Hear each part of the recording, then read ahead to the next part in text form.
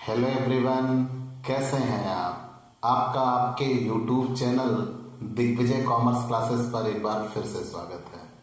हम आपके लिए अपने इस YouTube channel Digvijay commerce classes पर डॉक्टर राम मनोहर लोहिया अवध यूनिवर्सिटी के बीकॉम सेकेंड ईयर में, बाकी प्रत्येक यूनिवर्सिटी के बीकॉम फर्स्ट ईयर में सबसे कंपलसरी सब्जेक्ट के रूप में पढ़ाए जाने वाले सब्जेक्ट अकाउंट की पहली शाखा फाइनेंशियल अकाउंटिंग की पूरी एक सीरीज लेके आ रहे हैं, जिसमें आपको एक तरफ से सारे रूल्स और उनके प्रैक्टिकल क्वेश्चन 1 बाय 1 मिलेंगे। हमने इसी क्रम में आपके लिए रॉयल्टी अकाउंट्स की शुरुआत की। ये वो लेसन है जिसकी गारंटी दी जा सकती है कि ये एग्जाम में निश्चित ही आएगा। मैंने कहा है ना, आपके परीक्षा की तैयारी हमारी जिम्मेदारी, मतलब हम पूरी तरह से आपके एग्जाम की तैयारी के मोड में आ चुके हैं। ये वो लेसन है, अगर आप डॉक्टर राम मनोहर लोहिया अवध यूनिवर्सिटी में एग्जाम देने जा रहे हैं तो 27 नंबर में ये लेसन कम से कम जरूर आएगा। और स्पेशली आज जो मैं आपको पढ़ाने जा रहा हूं वो थ्योरी में आता है, बहुत बार आया है, और अगर थ्योरी में नहीं आया तो न्यूमेरिकल में तो श्योर होगा। मतलब आज का रूल सही मायनों में आपको 27 नंबर दिलाने वाला रूल है भाई। या तो वो खुद थ्योरी के रूप में लिखने को आ जाएगा या उसी रूल पे आपको क्वेश्चन सॉल्व करना पड़ेगा। तो प्यारे दोस्तों, आज आपके लिए अकाउंट्स में कम से कम मेहनत में सबसे ज्यादा से ज्यादा नंबर बनाने का मौका होगा। तो प्यारे दोस्तों, आप अपने इस YouTube channel Digvijay commerce classes से अगर नए जुड़े हैं तो सबसे पहले इसे सब्सक्राइब करिए, शेयर करिए, बेल आइकन दबाइए ताकि आपको हमारे लेटेस्ट वीडियोस के अपडेट मिल सके। और सबसे बड़ी बात, आप हमसे पेड क्लास ले सकते हैं। पेड क्लास पाने के लिए हमारे व्हाट्सएप नंबर पर व्हाट्सएप करिए, मैसेज करिए, आपको पेड क्लास की पूरी जानकारी दे दी जाएगी, जिसमें आप बहुत थोड़े से शुल्क का भुगतान करके हमसे रेगुलर क्लास पा सकते हैं। पीडीएफ मिलेगा, डाउट सेशन रखा जाएगा, एग्जाम पेपर सॉल्व कराए जाएंगे, ये सब कुछ। तो आप हमसे जुड़िए और पेड क्लास लीजिए। तो चलिए दोस्तों, हम आपके लिए स्पेशली एक तरफ से सबसे दमदार टॉपिक लेके आ रहे हैं। हमने आपको रॉयल्टी के बारे में विधिवत पढ़ा दिया। जब कोई व्यक्ति अपने अधिकार की वस्तु का प्रयोग स्वयं ना करके उसे कुछ समय प्रयोग करने के लिए किसी दूसरे व्यक्ति को दे देता है और वो दूसरा व्यक्ति उसके अधिकार को प्रयोग करने के बदले में अपने द्वारा किए गए उत्पादन पर एक निश्चित दर से शुल्क देता है, उसे ही अधिकार शुल्क कहते हैं। आपने ये जाना। रॉयल्टी जान लेने के बाद आपने ये तय किया कि मालिक जिसने अपना अधिकार किसी दूसरे व्यक्ति को दिया वो एक राशि निर्धारित करता है कि मुझे इससे कम नहीं चाहिए। अगर आप कम उत्पादन करते हैं तो हम आपसे इतना लेंगे, और अगर आप ज़्यादा उत्पादन करते हैं तो उस ज़्यादा पर हम लेंगे। मतलब वो अपनी हानि से बचने के लिए एक प्रकार का बीमा चाहता है, उसे न्यूनतम किराया कहते हैं। ठीक है, तो वास्तविक घटना चक्र क्या बनता है रॉयल्टी में, पहले ये जानिए। मान लीजिए ये एक वस्तु है और ये किसके स्वामित्व में है, ए के। तो इस वस्तु को प्रयोग करने का अधिकार भी किसके पास है, ए के पास है। ए ने अपनी यही वस्तु प्रयोग करने के लिए किसको दे दिया, बी को। अब बी इस वस्तु को कुछ समय प्रयोग करेंगे और प्रयोग करने के बदले में जो ए को शुल्क देंगे वही शुल्क अपने द्वारा किए गए उत्पादन पर शुल्क देंगे और एक निश्चित दर से देंगे। तो जो शुल्क देंगे वही शुल्क क्या कहलाया, रॉयल्टी कहलाया। कंफर्म? फिर से जान लीजिए, ए के अधिकार में यह वस्तु है, ए ने इस वस्तु का प्रयोग स्वयं नहीं किया, उसे कुछ समय प्रयोग करने के लिए किसको दे दिया, बी को दे दिया। अब बी उस वस्तु को प्रयोग करेंगे। प्रयोग करने के बदले में अपने द्वारा किए गए उत्पादन पर एक निश्चित दर से शुल्क देंगे। वही शुल्क अधिकार शुल्क कहलाता है। और ए एक राशि निर्धारित कर देते हैं कि कम से कम मुझे इतना पैसा हर हाल में चाहिए, अगर कम उत्पादन करिएगा तो इतना लूंगा, और अगर ज्यादा उत्पादन करेंगे तो ज्यादा राशि को लूंगा। उसे ही न्यूनतम किराया कहते हैं, मिनिमम रेंट कहते हैं। पूरी बातें स्पष्ट हो गई। अब मतलब ये सबसे बड़ी बात बन के सामने आई कि इन्हें रॉयल्टी देना है, और कितना देना है? न्यूनतम किराए के बराबर देना है। अगर इनके द्वारा दी जाने वाली रॉयल्टी न्यूनतम किराए के बराबर रही तो कोई घटना नहीं बनती। अगर इनके द्वारा दी जाने वाली रॉयल्टी न्यूनतम किराए से कम हो गई तो अब यहां तीन बातें क्या बनी? जब कभी रॉयल्टी न्यूनतम किराए से कम हो, मतलब रॉयल्टी छोटी हो किससे? मिनिमम रेंट से, तो अकाउंट में उस होने वाली घटना को शॉर्ट वर्किंग नाम दिया गया है, लघु कार्य या अल्प कार्य नाम दिया गया, जिसकी परिभाषा हम कल आपको पढ़ा चुके हैं। अगर रॉयल्टी और मिनिमम रेंट बराबर ठहरा तो ना तो शॉर्ट वर्किंग हुई ना सरप्लस हुआ। No short working, no surplus, मतलब कोई घटना नहीं बनी। लेकिन ऐसा भी होता है कि जब कभी रॉयल्टी ज्यादा हो किससे? मिनिमम रेंट से, तब उसे हम सरप्लस कहते हैं। मतलब कितनी घटना बनेगी? सिर्फ यही 3 घटना बनेगी, और इन्हीं 3 घटनाओं पर ही हमें जर्नल एंट्री बताना होगा। हमने ये आपको डिफाइन करके समझा दिया था, आप फिर से जान लीजिए, तभी आपको जर्नल एंट्री पढ़ने में आनंद आएगा, अन्यथा नहीं। पूरी बात क्या बनी कि जब एक व्यक्ति अपने अधिकार की वस्तु का प्रयोग स्वयं ना करके उसे कुछ समय प्रयोग करने के लिए किसी दूसरे व्यक्ति को दे देता है, और वो दूसरा व्यक्ति अपने द्वारा किए गए उत्पादन पर एक निश्चित दर से जो शुल्क देता है वही अधिकार शुल्क कहलाता है। लेकिन भूस्वामी एक राशि तय करता है, भूस्वामी एक राशि तय करता है कि उसे इतना पैसा हर हाल में चाहिए ही चाहिए। ध्यान देना मैंने क्या कहा, भूस्वामी एक राशि तय करता है कि उसे इतना पैसा हर हाल में चाहिए ही चाहिए, चाहे कम उत्पादन हो या अगर ज्यादा उत्पादन होता है तो ज्यादा लेंगे, कम उत्पादन होगा तो कम से कम उन्हें उतना निश्चित ही चाहिए। ऐसा क्यों? प्रायः आप देखते हैं शुरुआती वर्षों में उत्पादन कम होता है। जब शुरुआती वर्षों में उत्पादन कम होता है तो परिणाम ही होगा, उत्पादन कम होगा तो दी जाने वाली रॉयल्टी कम होगी। अब ऐसे पढ़ लीजिए, जब आपको हम यहाँ दिखा के समझाएंगे तो बेहतर तरीके से समझ में आएगा। मान लीजिए एक ही जमीन है या कोयले की खान है। ए ने कोयले की खान से कोयला निकालने के लिए बी को दे दिया। अब बी इस कोयले की खान से जितना कोयला निकालेंगे, अपने द्वारा निकाले गए कोयले पर एक निश्चित दर से इनको रॉयल्टी देंगे। वो निश्चित दर दोनों ने आपस में बैठकर तय कर ली होगी। अगर ये कम कोयला निकालेंगे तो कम रॉयल्टी देंगे, ज़्यादा कोयला निकालेंगे तो ज़्यादा रॉयल्टी देंगे। तो शुरुआती वर्षों में चूंकि ये नए होंगे, भाई तकनीक जमाने में वहाँ पे समय लग जाता है स्टेबल करने में, तो शुरुआती वर्षों में उत्पादन कम होता है। जब शुरुआती वर्षों में उत्पादन कम होगा तो इनको नुकसान होगा। तो उस नुकसान से बचने के लिए एक राशि तय कर देंगे, कहेंगे भैया ठीक है आप उत्पादन करिए, अगर आप उत्पादन कम करते हो तो जितना पैसा मैंने बताया है आप उतना मुझे हर हाल में दीजिएगा, और अगर आप ज़्यादा उत्पादन करते हो तो हम ज़्यादा लेंगे। लेकिन ये प्रभावित कब होगा? जब कम उत्पादन होगा तब। उसे न्यूनतम किराया कहते हैं। मतलब इन्हें रॉयल्टी देनी है, हर हाल में देनी है, और न्यूनतम किराए के बराबर देनी है।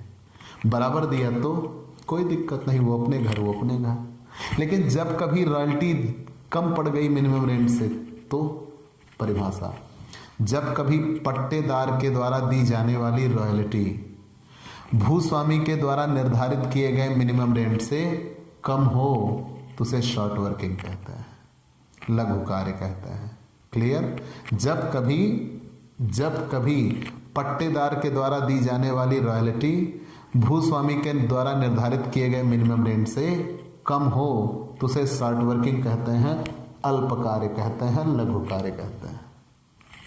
और जब कभी पट्टेदार के द्वारा दी जाने वाली रॉयल्टी न्यूनतम किराए से ज्यादा हो तो उसे सरप्लस कहते हैं या आधिक्य कहते हैं।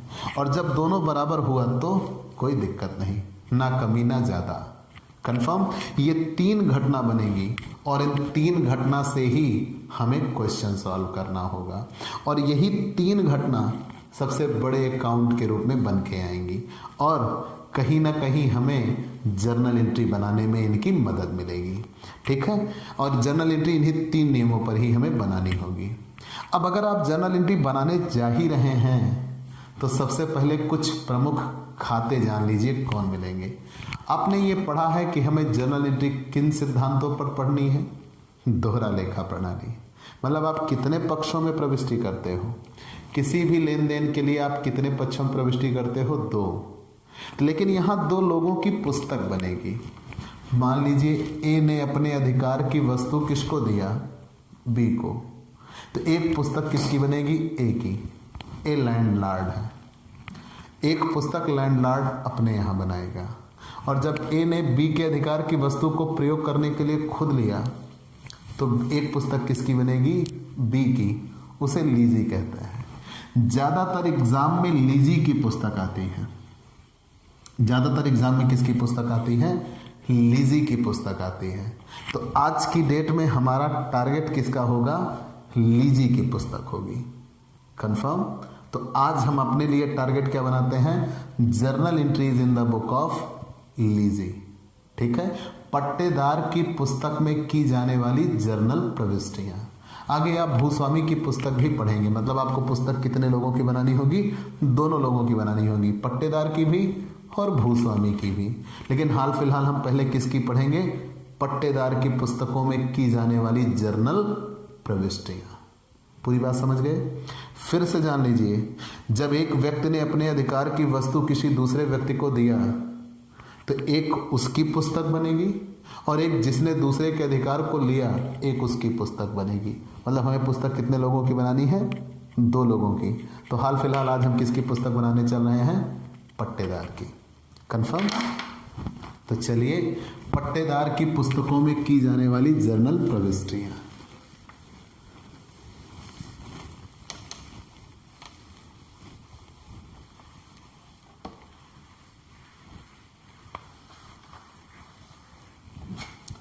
पट्टेदार की पुस्तकों में की जाने वाली जर्नल प्रविष्टियां। पट्टेदार, लीजी जिसे बोलते हैं, लीजी लिखा रहता है भैया लेसी, लेकिन बोला जाता है लीजी। पट्टेदार की पुस्तकों में की जाने वाली जर्नल प्रविष्टियां। पट्टेदार की पुस्तकों में की जाने वाली जर्नल प्रविष्टियां। ठीक, तो पट्टेदार की पुस्तकों में जर्नल प्रविष्टियां करनी है। अभी आप 3 घटना का जिक्र किए, हम तीनों घटना के लिए पढ़ेंगे, लेकिन आपने कुछ बातें जाननी है। क्या क्या? एक व्यक्ति अपने अधिकार की वस्तु किसी दूसरे व्यक्ति को देगा। हम छोटे में यहां सर्कल बनाते हैं। इनकी संपत्ति है, इन्होंने इनको दिया, ये लिए अपने द्वारा किए गए उत्पादन पर एक शुल्क देंगे, एक राशि तय की गई, उसे मिनिमम रेंट कहेंगे। यही इतना बनता है, आपने जान लिया। तो सबसे पहली चीज ये क्या हुए? लैंडलॉर्ड। ठीक है, ये क्या हुए? लीजी। और आप अकाउंट के कुछ सिंपल कॉन्सेप्ट पे आइए। सिंपल कॉन्सेप्ट क्या है? आप पुस्तक किसकी बनाने चल रहे हो? लीजी, जिसकी पुस्तक पूरी जर्नल एंट्री में उसका कहीं जिक्र नहीं होगा। तो लीजी जब भी बात करेगा वो किसकी बात करेगा? लैंडलॉर्ड को। वो रॉयल्टी किसको देगा? लैंडलॉर्ड को। अमाउंट कौन निर्धारित करेगा? लैंडलॉर्ड निर्धारित करेगा। तो ये जब भी अपनी पुस्तक में बात करेंगे किसकी बात करेंगे? लैंडलॉर्ड की बात करेंगे। तो लैंडलॉर्ड कौन सा अकाउंट होता है? ये एक व्यक्ति होगा या संस्था, मतलब ये कौन सा अकाउंट है? पर्सनल अकाउंट है। कंफर्म? यहां तक कहीं कोई दिक्कत? फिर से जान लीजिए मैंने क्या कहा, आप एक एक बात स्पष्ट रूप से जानते चलिए। आपको खाते पहचानने हैं, तभी उनका नियम आपको लगाने में आसानी होगी। अन्यथा हम सिंपल लाइन एक लाइन बोलेंगे, बेटा याद कर लेना। लेकिन पहला प्रयास समझाने का है, समझ लीजिए, बाकी तो याद करना ही है। तो हमने ये कहा कि एक व्यक्ति अपने अधिकार की वस्तु का प्रयोग स्वयं ना करके कुछ समय प्रयोग करने के लिए उसे किसी दूसरे व्यक्ति को दे देता है। ठीक है? तो लैंडलॉर्ड ने अपने अधिकार की वस्तु का प्रयोग स्वयं ना करके उसे कुछ समय प्रयोग करने के लिए किसको दे दिया? लीजी को दे दिया। यहां तक कहीं कोई दिक्कत? इनकी वस्तु थी, इन्होंने प्रयोग करने के लिए ले लिया। अब जब ये प्रयोग करेंगे तो अपने द्वारा किए गए उत्पादन पर एक निश्चित दर से शुल्क देंगे। तो इनके लिए एक खाता कौन सा मिलेगा? रॉयल्टी। भाई इन्हें रॉयल्टी देनी है, एक बार इसका जिक्र होगा। तो इनके लिए रॉयल्टी कौन सा अकाउंट होगा? नॉमिनल अकाउंट है। रॉयल्टी कौन सा अकाउंट है? नॉमिनल अकाउंट है। ये रॉयल्टी देंगे किसको देंगे? लैंडलॉर्ड को देंगे। वो कौन सा अकाउंट है? पर्सनल अकाउंट है। क्यों? क्योंकि लैंडलॉर्ड कौन सा अकाउंट है? Personal account. Landlord personal account होगा हमेशा। क्यों? क्योंकि ये कोई व्यक्ति या संस्था होगा। इन्हें रॉयल्टी देनी है। रॉयल्टी पट्टेदार के लिए खर्च होगा और लैंडलॉर्ड के लिए रॉयल्टी इनकम होगी। मतलब ये कौन सा अकाउंट है? नॉमिनल अकाउंट है। अब अगर ये रॉयल्टी नहीं दे पाए तो रॉयल्टी इन्हें कितनी देनी है? न्यूनतम किराए के बराबर देनी है। अगर न्यूनतम किराए के बराबर नहीं दे पाए तो शार्ट वर्किंग हो जाएगी। और अगर शार्ट वर्किंग हो गई तो शार्ट वर्किंग कौन सा अकाउंट है? तो शार्ट वर्किंग के लिए दो नियम हैं। जब शार्ट वर्किंग होती है तो उसे हम रियल अकाउंट मानते हैं। ठीक है ना? क्योंकि उसका नेचर रियल अकाउंट का होता है। या तो वो हमारे हिस्से में आती है या हमारे हिस्से से जाती है। तो जब शॉर्ट वर्किंग होती है तब तक तो शॉर्ट वर्किंग रियल अकाउंट होती है। और जब शॉर्ट वर्किंग चुकाई जाती है, शॉर्ट वर्किंग रिकूप, तो ये उस समय नॉमिनल अकाउंट बन जाती है। मतलब इसका नियम क्या होता है? हमेशा याद रखिएगा, जब शॉर्ट वर्किंग आपके पास आएगी तो शॉर्ट वर्किंग आपके लिए कौन सा अकाउंट होगा? रियल अकाउंट होगा। लेकिन जब शॉर्ट वर्किंग चुकाई जाएगी तो शॉर्ट वर्किंग कौन सा अकाउंट बन जाएगा? नॉमिनल अकाउंट बन जाएगा। और यही सब जर्नल एंट्री में आपको मिलने वाले हैं। तो पूरी बात आप फिर से जान लीजिए। जब कोई व्यक्ति अपने अधिकार की वस्तु किसी दूसरे व्यक्ति को कुछ समय प्रयोग करने के लिए देता है और वो दूसरा व्यक्ति अपने द्वारा किए गए उत्पादन पर एक निश्चित दर से शुल्क देता है, वही शुल्क अधिकार शुल्क कहलाता है। भूस्वामी के द्वारा एक राशि निर्धारित कर दी जाती है, जो कम उत्पादन हुआ तो उसे उतना चाहिए, अधिक उत्पादन हुआ तो वो अधिक पर लेगा, उसे न्यूनतम किराया कहते हैं। और अगर इनके द्वारा दी जाने वाली रॉयल्टी न्यूनतम किराए से कम है तो शॉर्ट वर्किंग हुई, और अगर इनके द्वारा दी जाने वाली रॉयल्टी न्यूनतम किराए से ज़्यादा है तो सरप्लस हुआ। लेकिन जर्नल एंट्री बनाते समय क्या क्या मिलेंगे? पहले तो इनकी पुस्तक है तो ये तो हट गए, जिसकी पुस्तक उसका जिक्र कहीं नहीं होता। इनकी पुस्तक में बार बार जिक्र किसका होगा? लैंडलॉर्ड का। लैंडलॉर्ड पर्सनल अकाउंट है, वो कोई नाम या संस्था है। इनकी पुस्तक में हम रॉयल्टी का खाता खोलेंगे। रॉयल्टी कौन सा अकाउंट है? रॉयल्टी नॉमिनल अकाउंट है। क्यों? रॉयल्टी लीजी के लिए खर्च होता है और लैंडलॉर्ड के लिए इनकम, इसलिए उसे कौन सा अकाउंट कहते हैं? Nominal account. इनके लिए लैंडलॉर्ड कौन सा अकाउंट है? Personal account. और जब शॉर्ट वर्किंग हो गई तो तुरंत उसे हम क्या कहते हैं? Real account. और जब शॉर्ट वर्किंग चुकाई जाती है तो जो सरप्लस होता है उसी से शॉर्ट वर्किंग चुकाई जाती है, इसलिए वो क्या बन जाता है? Nominal account. और सबसे बड़ी बात सरप्लस कोई एंट्री में आता ही नहीं है। क्यों? क्योंकि सरप्लस जब होगा तो वह तो अमाउंट पेड में चला जाता है या फिर वो रिकूप में चला जाता है, मतलब सरप्लस बिखर जाएगा, टूट जाएगा, वो एंट्री में नहीं बचेगा। ठीक है, वो एंट्री में नहीं बचता। तो आइए हम एक एक घटना की एक एक एंट्री करते हैं। तो आपने कितनी घटना पढ़ी थी? 3। जब कभी दी जाने वाली रॉयल्टी मिनिमम रेंट से कम है तो उसे शॉर्ट वर्किंग कहते हैं। जब कभी दी जाने वाली रॉयल्टी मिनिमम रेंट के बराबर है तो ना शॉर्ट वर्किंग होगी ना सरप्लस होगा।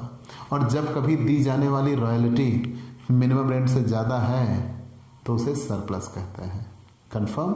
इन्हीं 3 दशाओं में आपको एंट्री पढ़नी है। आप कोई भी क्वेश्चन देखेंगे, सबसे पहला काम आपको, अब यहीं से आपको याद करने की बातें आई, ये तो समझाने की बातें थी। तो मैंने आपको ये बताया कि सबसे पहले आप क्वेश्चन देखिएगा। क्वेश्चन आपने पढ़ा, क्वेश्चन पढ़ लेने के बाद वहां आपसे स्पष्ट रूप से कहा गया होगा कि आप पट्टेदार की पुस्तकों में जर्नल प्रविष्टियां बनाइए। तो जैसे ही कहा गया है पट्टेदार की पुस्तकों में जर्नल प्रविष्टियां बनाइए, तुरंत हमारी हेडिंग पड़ जाएगी journal entries in the book of lessee. पट्टेदार की पुस्तकों में हम जर्नल एंट्री बनाना शुरू कर देंगे। तो सबसे पहले आप 3 बातें ढूंढिएगा क्वेश्चन में कि जब शॉर्ट वर्किंग हुई हो, जब ना शॉर्ट वर्किंग ना सरप्लस हुआ हो, और जब सरप्लस हुआ हो। पहली एंट्री कब बनती है? जब शॉर्ट वर्किंग हुई हो। ठीक है, मतलब जब रॉयल्टी कम हो, मिनिमम रेंट ज़्यादा। दूसरी एंट्री कब बनती है? जब ना शॉर्ट वर्किंग हो ना सरप्लस, ना शॉर्ट वर्किंग हो ना सरप्लस। तीसरी एंट्री कब बनती है? जब सरप्लस हुआ हो। मतलब हमें कितनी बार पढ़ना है? 3 बार। जब सरप्लस हुआ हो हमें 3 बार पढ़ना है। तो चलिए पहली एंट्री हम क्या पढ़ते हैं? जब शॉर्ट वर्किंग हो।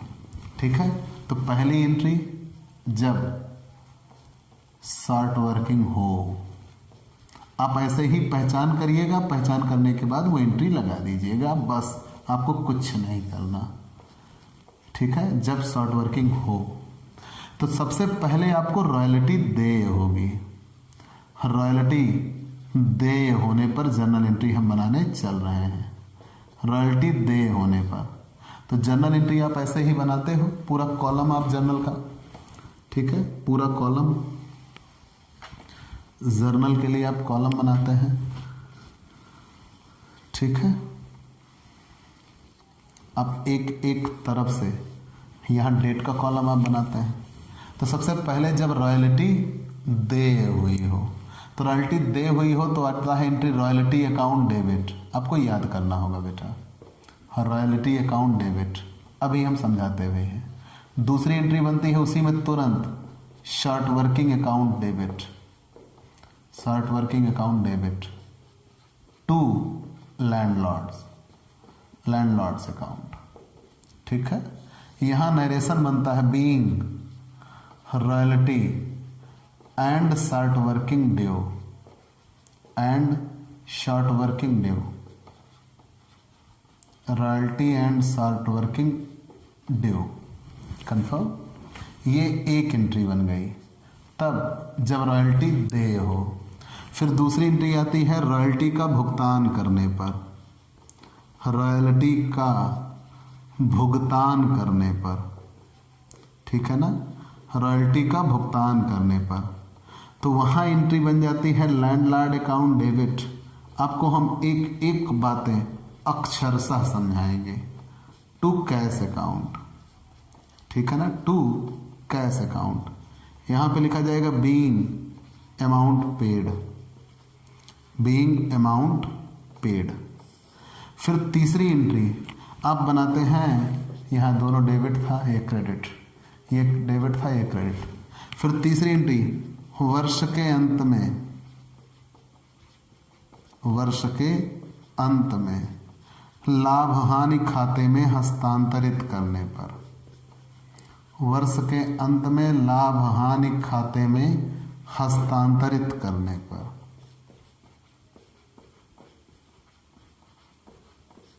ठीक है, तो जब वर्ष के अंत में लाभ हानि खाते में हस्तांतरित करते हैं तो जर्नल एंट्री बनती है profit loss account debit to royalty account, profit loss account debit to royalty account, यहाँ हम लिखते हैं बीइंग, यहाँ हम लिखते हैं being, royalty account, royalty transfer to profit and loss account, transfer to profit and loss account. यही 3 journal एंट्रियां बनती हैं तब जब शॉर्ट वर्किंग होती है। ठीक है, कैसे, एक एक चीज आप समझिएगा, ठीक है, और विधिवत तरीके से आपको समझ में आएगा। हमने आपसे ये कहा, एक एक बात याद रखिएगा, इनकी जमीन है, इन्होंने अपनी जमीन प्रयोग करने के लिए इनको दे दिया, ये जमीन प्रयोग कर रहे हैं। जब इन्होंने जमीन प्रयोग करने के लिए दिया, 1 वर्ष बीता, और वर्ष बीतने के बाद इन्होंने जितना उत्पादन किया होगा उस उत्पादन पर इनको ये क्या देंगे, शुल्क, वही शुल्क अधिकार शुल्क। सबसे पहले रॉयल्टी इनको देना है। तो जब रॉयल्टी कौन देगा, लीजी, हम पुस्तक किसकी पढ़े, लीजी की, पट्टेदार की, इनको देना है। अब आप पट्टेदार बन के सोचिए, मान लीजिए मेरी ज़मीन है या किसी, चलो हम तुम साथ में रहते हैं, मान लीजिए कोई अमन नाम का व्यक्ति है और हमें अमन को रॉयल्टी देनी है। हमने अमन की ज़मीन ले लिया है, तो जब हमने अमन की ज़मीन ले लिया है, हम अमन की ज़मीन को प्रयोग कर रहे हैं। जब एक निश्चित समय बीता, हम उसको अपने द्वारा किए गए उत्पादन पर शुल्क देंगे।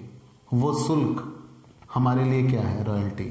तो जब हम अमन को रॉयल्टी देंगे तो रॉयल्टी हमारे लिए खर्च बनी या income, nominal account, debit all expense and losses, credit all income and gain. हमने अमन को रॉयल्टी दिया तो रॉयल्टी हमारे लिए खर्च है और खर्च डेबिट होता है, रॉयल्टी अकाउंट डेबिट। कहीं कोई दिक्कत नहीं होनी चाहिए। शुरुआत यहीं से हुई। सोचिए, अमन की ज़मीन है, अमन की ज़मीन को हमने प्रयोग करने के लिए लिया। तो जब अमन की ज़मीन को हमने प्रयोग करने के लिए लिया, अभी तो बात चल रही है, हम उत्पादन करते जा रहे हैं। एक निश्चित समय बाद हम अपने द्वारा किए गए उत्पादन पर अमन को शुल्क देंगे, वही शुल्क अधिकार शुल्क कहलाया। तो हमने जब अमन को रॉयल्टी दिया तो अमन को मिलने वाली रॉयल्टी हमारे लिए खर्च है, डेबिट, रॉयल्टी अकाउंट डेबिट। कहीं कोई दिक्कत?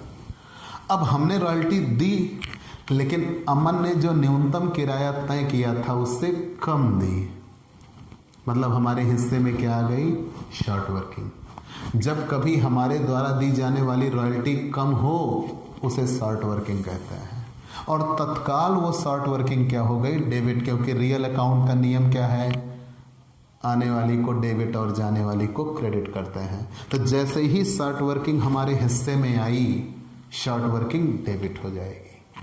Confirm, short working account debit. और तुरंत हमने ये किसको दिया, लैंडलॉर्ड को। लैंडलॉर्ड अकाउंट कौन सा अकाउंट है, personal account, debit the receiver and credit the giver. हम लैंडलॉर्ड को रॉयल्टी देने की बात करें, अभी हमने दिया नहीं, हम देंगे। क्यों देंगे, क्योंकि उसने अपनी जमीन हमें पट्टे पर दी है, वो अभी तक सिर्फ और सिर्फ गिवर है। तुरंत लैंडलॉर्ड अकाउंट क्या हो गया, credit, credit the giver, debit the receiver and credit the giver. ये एंट्री समझ में आ गई। जब रॉयल्टी दे होगी तब, रॉयल्टी दे होने के बाद अब हम रॉयल्टी का भुगतान करेंगे। तो जब रॉयल्टी का हम भुगतान करेंगे, हम रॉयल्टी देंगे किसको देंगे, लैंडलॉर्ड को देंगे। तो लैंडलॉर्ड पाने वाले हो गए। तुरंत debit the receiver, personal account का नियम, लैंडलॉर्ड को पैसा मिला इसलिए वो हो गया डेबिट, और हमारे पास से पैसा जाएगा। जैसे ही हमारे पास से पैसा जाएगा, कैश अकाउंट आएगा, और कैश अकाउंट रियल अकाउंट होता है। Debit what comes in, credit what goes out. हमारे पास से कैश जा रहा है, इसलिए क्या हो जाएगा, क्रेडिट हो जाएगा, बराबर। और तीसरी एंट्री, वर्ष के अंत में हम लाभानी खाते में हस्तांतरित करते हैं। तो जब हमने रॉयल्टी दे दिया तो वो हमारे लिए हानि बनी, प्रॉफिट लॉस डेबिट हो गया, प्रॉफिट लॉस डेबिट हो गया। और चूंकि हम रॉयल्टी यहाँ हम डेबिट कर चुके हैं तो उसे समाप्त करना है। तो जब तक हम उसे क्रेडिट नहीं कर देते वो समाप्त नहीं होगी। तुरंत ये रॉयल्टी यहाँ पर क्या हो जाएगी, क्रेडिट हो जाएगी और समाप्त हो जाएगी। कंफर्म। ये एंट्री तब बनेगी जब शॉर्ट वर्किंग हो। याद रहेगा? अगर ये याद हो गया तो हम बेहतर तरीके से आगे आपको समझा सकते हैं। इतनी बात क्लियर हो गई? बहुत अच्छे। फिर से जान लीजिए, सबसे पहले आपको क्वेश्चन पढ़ना होगा। जब आप क्वेश्चन पढ़ेंगे, मैं बारीकी की बात बता रहा हूँ, सबसे पहले आप क्वेश्चन पढ़िएगा। क्वेश्चन पढ़ने के बाद सबसे पहले आप ये देखिएगा, क्वेश्चन में कहा होगा पट्टेदार की पुस्तकों में जर्नल प्रविष्टियाँ बनाइए। तो हमने हेडिंग डाल दिया journal entries in the book of lessee. तो जब पट्टेदार की पुस्तक में हम प्रविष्टियाँ बनाना शुरू किए तो सबसे पहली एंट्री हम क्या बनाएंगे? सबसे पहली एंट्री हम बनाएंगे तब, ध्यान देना, सबसे पहली एंट्री हम बनाएंगे जब दी जाने वाली रॉयल्टी मिनिमम रेंट से कम हो, मतलब शॉर्ट वर्किंग हो। तो जब शॉर्ट वर्किंग होती है तो कितनी जर्नल एंट्री बनती है? 3। पहले अब ये सब नहीं लिखना होगा बेटा कि रॉयल्टी दे होने पर, रॉयल्टी का भुगतान करने पर, वर्ष के अंत में लाभ हानि खाते में हस्तांतरित करने पर, ये सब नहीं लिखना होगा। डायरेक्ट आप एंट्री लिखना शुरू करेंगे। Royalty account debit, short working account debit to landlords account, landlord's account debit to cash account, और profit and loss account debit to royalty account. हो गई एक वर्ष की एंट्री। क्वेश्चन में आप देखेंगे उस वर्ष में क्या हुआ है, शॉर्ट वर्किंग, उस वर्ष में 3 एंट्री बन जाएगी, क्वेश्चन खत्म हो जाएगा एक वर्ष के लिए। एक वर्ष में कोई एक ही घटना हो सकती है, या तो शॉर्ट वर्किंग होगी, या तो सरप्लस होगा, या तो कुछ नहीं होगा। तो पहली एंट्री आपने सीख लिया तब जब शॉर्ट वर्किंग हो। जब, अब दूसरी दशा आपको सीखना है, जब ना शॉर्ट वर्किंग हो और ना सरप्लस, और ना ही सरप्लस, मतलब ना तो शॉर्ट वर्किंग होगी ना सरप्लस होगा, तब क्या करेंगे? सब कुछ ऐसा होगा। ठीक है, हम क्या बनाने चल रहे हैं? जब ना शॉर्ट वर्किंग हो और ना ही सरप्लस। मतलब किस दशा के लिए हम हल करने चल रहे हैं? दूसरी दशा के लिए। मतलब दी जाने वाली रॉयल्टी निर्धारित किए गए न्यूनतम किराए के बराबर हो, तो कोई कमी नहीं होगी, कोई अधिक नहीं होगा। तो सब कुछ ऐसा होगा, सिर्फ यही एक लाइन हट जाएगा। ठीक, शॉर्ट वर्किंग नहीं आएगी। अब एंट्री का पूरी एंट्री ऐसी बनेगी। क्या क्या? सबसे पहले ये रॉयल्टी देंगे, तो जब ये रॉयल्टी देंगे तो रॉयल्टी इनके लिए क्या होगा? खर्च, रॉयल्टी डेबिट होगी। और इनके द्वारा दी जाने वाली रॉयल्टी न्यूनतम किराए के बराबर होगी, इसलिए कोई कमी नहीं, कोई ज़्यादा नहीं। तो किसको ये रॉयल्टी देंगे? लैंडलॉर्ड को। क्यों देंगे? क्योंकि लैंडलॉर्ड ने दे रखा है, लैंडलॉर्ड गिवर है। तो एंट्री वहाँ क्या बन गई? Royalty account debit to landlords account. Confirm? पहले रॉयल्टी दे, अब यहाँ से ये भी हट जाएगा, बीइंग रॉयल्टी ड्यू। यहाँ फिर केवल क्या लिखा जाएगा? Being royalty due. फिर हम आ गए, जब रॉयल्टी का भुगतान कर दिया जाएगा तो landlord account debit to cash account. अब लैंडलॉर्ड को जब ये पहले रॉयल्टी दिए तो रॉयल्टी इनके लिए खर्च था, लैंडलॉर्ड गिवर थे इसलिए क्रेडिट हो गए। तो पहली एंट्री क्या बन गई? Royalty account debit to landlord account. जब इन्होंने लैंडलॉर्ड को पैसा दे दिया तो लैंडलॉर्ड को पैसे मिल गए, अब वो पाने वाले बन गए डेबिट द रिसीवर, और कैश इनके पास से चला गया इसलिए to cash, landlord account debit to cash account. फिर हम तीसरी एंट्री पे आएंगे, वर्ष के अंत में उसे प्रॉफिट लॉस में भेज दिया जाएगा। तो चूंकि रॉयल्टी दिया है इसलिए उसे प्रॉफिट लॉस में भेजेंगे, profit loss account debit to royalty account. Confirm? Profit loss क्यों? क्योंकि जब रॉयल्टी हम दे रहे हैं तो उसे हमें लाभ हानि खाते से समाप्त करना है, तो हमारे लिए लाभ हानि खाता डेबिट होगा क्योंकि हमें उससे नुकसान हो रहा है। और रॉयल्टी यहाँ डेबिट हो चुकी है तो यहाँ क्या करना होगा? क्रेडिट करना होगा। कंफर्म? तो 2 नियम समझ में आ गया। मतलब दोनों नियम में क्या है? पहले नियम में यहाँ शॉर्ट वर्किंग डेबिट होती है और दूसरे नियम में शॉर्ट वर्किंग नहीं होती है, बाकी पूरी एंट्री वैसी की वैसी बनेगी। कंफर्म? अब हम तीसरे नियम पे आते हैं। तीसरा नियम क्या है? जब सरप्लस हो। ठीक है, क्या हो? सरप्लस हो।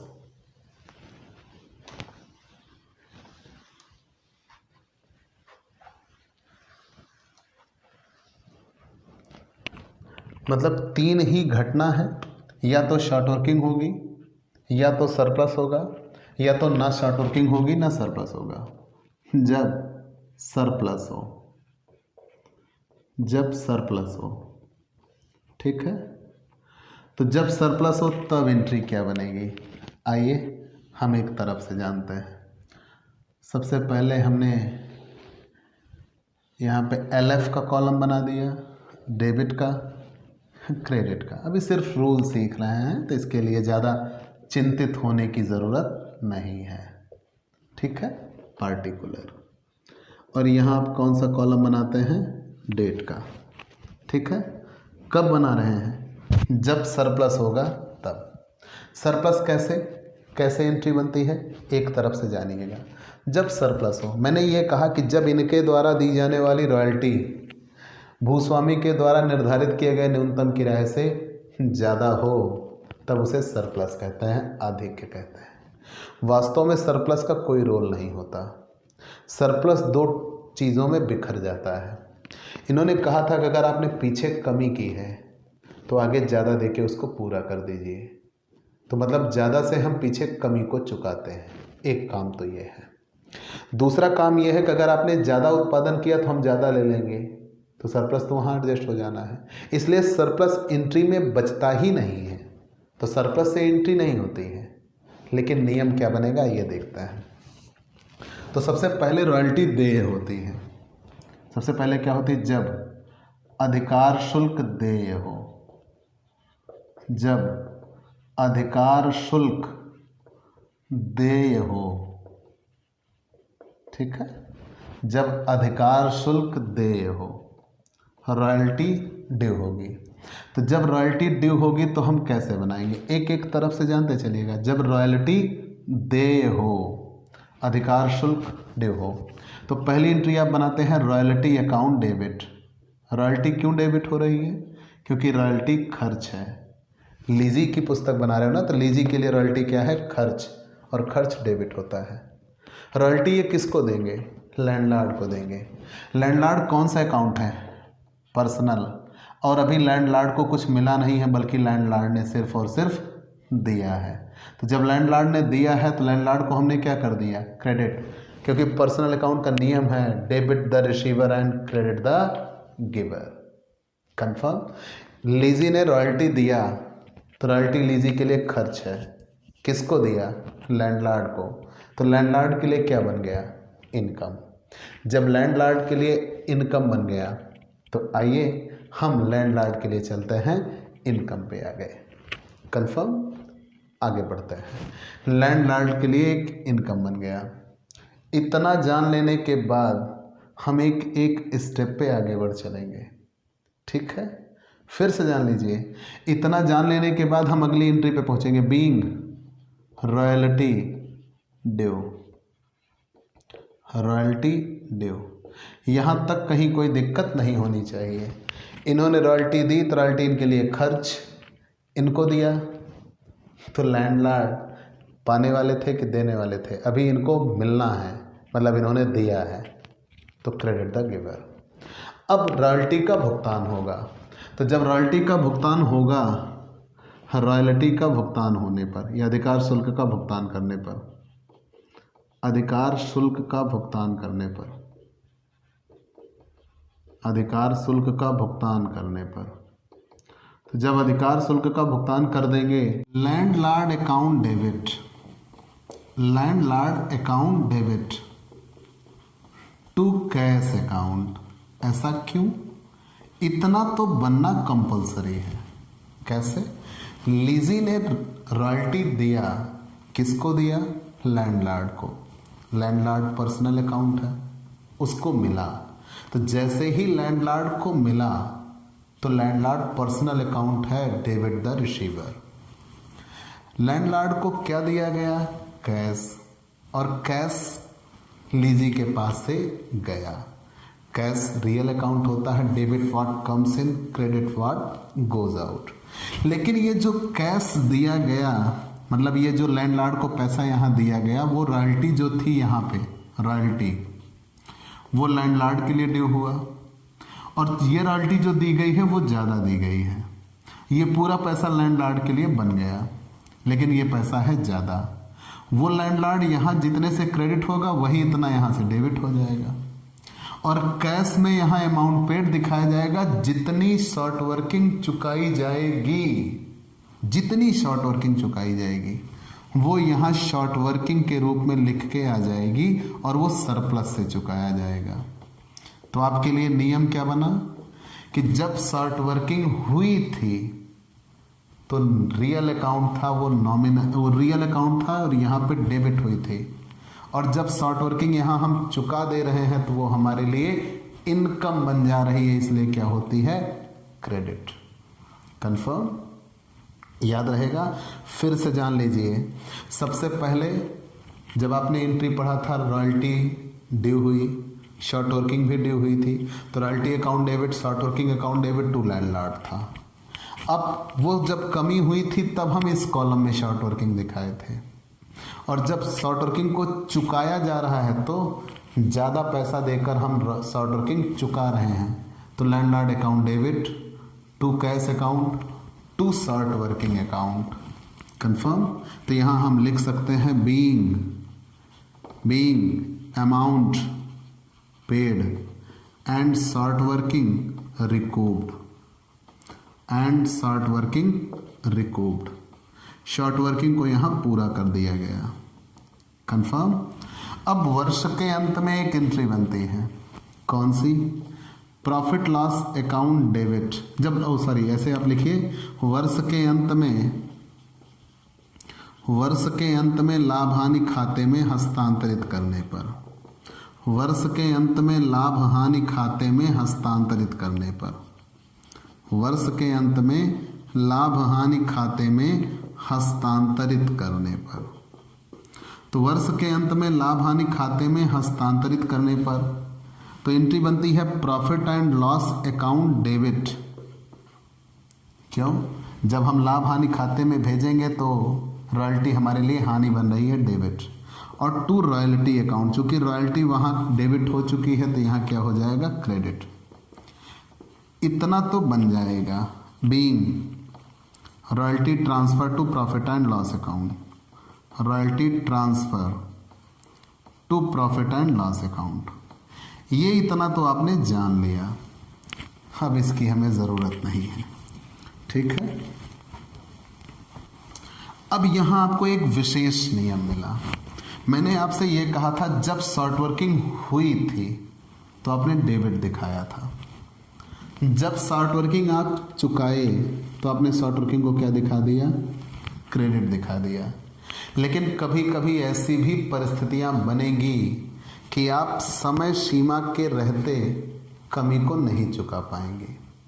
जब निर्धारित समय सीमा में आप कमी को नहीं चुका पाते, मतलब नियम यह बनता है कि अगर आपने कमी की तो आगे आने वाले समय में आप ज़्यादा पैसा चुकाइए और ज़्यादा पैसा दे के आप शॉर्ट वर्किंग को चुका दीजिए, ठीक है। तो जब ज़्यादा पैसा मतलब आप सरप्लस दे के शॉर्ट वर्किंग को चुकाते हैं, तो जब सरप्लस दे के आप शॉर्ट वर्किंग को चुकाते हैं तो आपने आगे आने वाले में समय में सरप्लस किया लेकिन आप पूरी कमी खत्म नहीं कर पाए, तब क्या होगा, तब उस शॉर्ट वर्किंग को आपके प्रॉफिट एंड लॉस से ले लिया जाएगा। मतलब जब हम निर्धारित समय सीमा में शॉर्ट वर्किंग को पूरी खत्म ना कर पाए, जब निर्धारित समय सीमा में, जब निर्धारित समय सीमा में शॉर्ट वर्किंग को पूरा अपलिखित ना कर पाए, पूरा अपलिखित ना कर सकें, तो जब निर्धारित समय सीमा में शॉर्ट वर्किंग को हम पूरा अपलिखित नहीं कर पाते तब क्या होगा।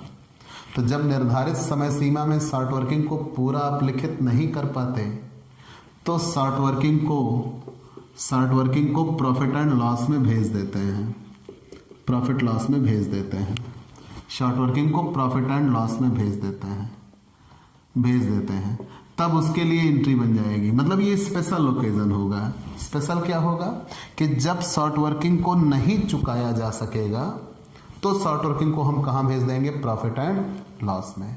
तो नियम क्या बना, जब हम निर्धारित समय सीमा में शॉर्ट वर्किंग को पूरा अपलिखित ना कर पाए, जब निर्धारित समय सीमा में शॉर्ट वर्किंग को पूरा अपलिखित ना कर सके तब एंट्री क्या होगी, तो शॉर्ट वर्किंग को प्रॉफिट एंड लॉस में भेज देते हैं।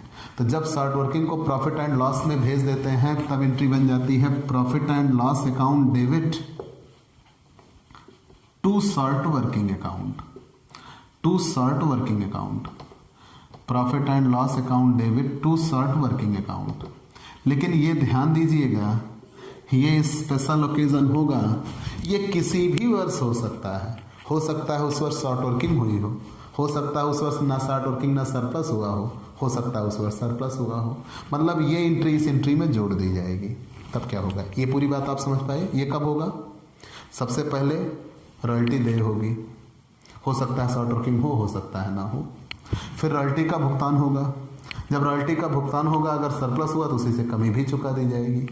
तीसरी एंट्री में वर्ष के अंत में रॉयल्टी को प्रॉफिट एंड लॉस में भेज देंगे। लेकिन जब कभी ऐसा होता है कि निर्धारित समय सीमा में हम शॉर्ट वर्किंग को नहीं चुका पाते तो शॉर्ट वर्किंग को भी प्रॉफिट एंड लॉस में डाल दिया जाता है, तो ये एंट्री एक्स्ट्रा आ जाएगी। तो हमेशा तो यही इतना बनेगा, लेकिन जब ये एंट्री इधर जुड़ेगी तो ये प्रॉफिट लॉस अकाउंट डेबिट रहता है, रॉयल्टी अकाउंट क्रेडिट रहता है, इसी के नीचे टू शॉर्ट वर्किंग अकाउंट भी आ जाएगा। लेकिन समझने के लिए तो आप वो अलग से एंट्री समझिए। तो ये भी यहाँ पे आ जाएगा। तो यहाँ लिखा जाएगा being royalty and short working transfer to profit and loss account. ठीक है, तो ये तो थी जर्नल एंट्रीज। आपके लिए सबसे बेहतर बात, आप टेबल कैसे बनाएंगे। आप इसका स्क्रीनशॉट ले लीजिए। क्वेश्चन में आपको हम टेबल बनाने की बात करते हैं। चलिए, अब आप प्रैक्टिकल क्वेश्चंस पर बिल्कुल कदम पहुंचा चुके हैं। प्रैक्टिकल क्वेश्चन एकदम आपके दरवाजे पहुंच चुका है। ठीक है, तो हम एक एक प्रैक्टिकल क्वेश्चन आपके लिए लेके आएंगे। कैसे, इधर सबसे पहले हम कोई भी क्वेश्चन बनाएंगे तो जो क्वेश्चन दिया होगा उससे हमें टेबल बनाना होगा। उसे हम एनालिटिकल टेबल कहेंगे, कैलकुलेशन टेबल कहेंगे, या सिर्फ आप टेबल कहिए, कोई फर्क नहीं पड़ता। और ये टेबल एक रफ वर्क होगा। इस टेबल में 9 कॉलम बनेंगे और बिना टेबल के आप रॉयल्टी का कोई क्वेश्चन नहीं सॉल्व कर सकते। लेकिन ध्यान रहे ये टेबल रफ वर्क होगा। पहला, इस पे कोई नंबर नहीं मिलता, हर क्वेश्चन में बनाना होगा, लेकिन इस पे कोई नंबर नहीं मिलता। ईयर, पहला कॉलम वर्ष का। आउटपुट, आप जितना उत्पादन करते हो वो। रॉयल्टी, आउटपुट के बाद रॉयल्टी, रॉयल्टी के बाद minimum rent, minimum rent. Year, output, royalty, minimum rent, short working. क्या कॉलम बनता है, शॉर्ट वर्किंग, शॉर्ट वर्किंग। फिर इधर क्या कॉलम बनेगा, सरप्लस। ठीक है, फिर इधर कॉलम क्या बनता है, short working recouped, short working रिकूव्ड।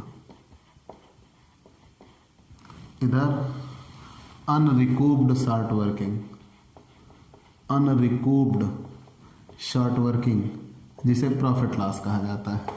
1 2 3 4 5 6 7 8 और लास्ट कॉलम अमाउंट पेड का, लास्ट कॉलम अमाउंट पेड का।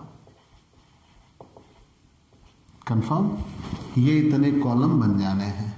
फिर से ध्यान दीजिएगा, कोई भी क्वेश्चन आप सॉल्व करेंगे तो कौन सा कॉलम बनते, कितने कॉलम बनते हैं, 9। आपको याद रखने होंगे और सीरियल से याद करना होगा। ये रफ वर्क है बेटा, इस पे आपको कोई नंबर नहीं मिलता। Year, output, royalty, minimum rent, short working, surplus, short working recouped, unrecouped, amount paid. एक क्वेश्चन लेते हैं। जैसे मान लीजिए मिनिमम रेंट निर्धारित किया गया 10,000 कि आपको 10,000 रुपये न्यूनतम किराया चुकाना है। आपने उत्पादन किया 4,000 टन और रॉयल्टी तय हुई है 2 रुपये प्रति टन, 2 रुपये प्रति टन। तो जब रॉयल्टी तय हुई है 2 रुपये प्रति टन, आपने उत्पादन किया 4,000 टन, तो यहाँ उत्पादन लिखेंगे 4,000 टन। रॉयल्टी 2 रुपये प्रति टन है तो 1 टन पे 2 रुपये, तो 4000 टन पे कितने रुपए हो गया? 8000। और आपको न्यूनतम किराया कितना देना है? 10,000। अब बताइए 10,000 देना है, दिया है 8,000, कम दिया या ज़्यादा? कम दिया तो शॉर्ट वर्किंग, ज़्यादा दिया तो सरप्लस, मतलब यहाँ शॉर्ट वर्किंग हो गई, तो ये चीज़ें फिर नहीं होंगी। कंफर्म? फिर आपको जनरलिटी शॉर्ट वर्किंग की बनानी होगी।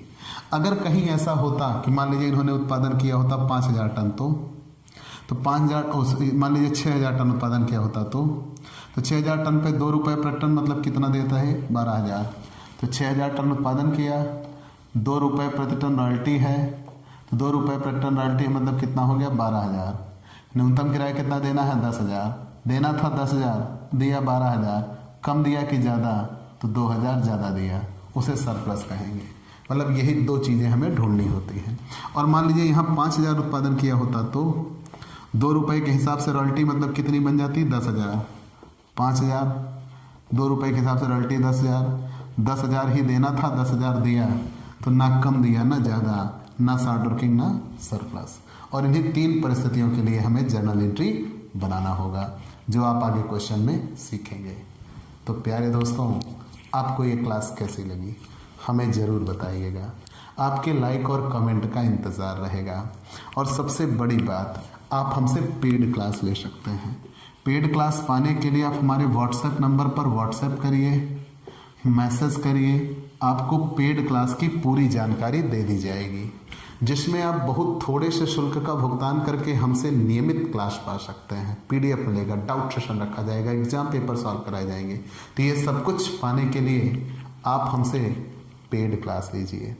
और अगर आप नए जुड़े हैं तो सबसे पहले हमारे इस YouTube channel Digvijay commerce classes को सब्सक्राइब करिए, शेयर करिए, बेल आइकन दबाइए, ताकि आपको हमारे लेटेस्ट वीडियोस के अपडेट मिल सकें। तो आज की क्लास में इतना ही। चलते हैं दोस्तों, बाय बाय दोस्तों।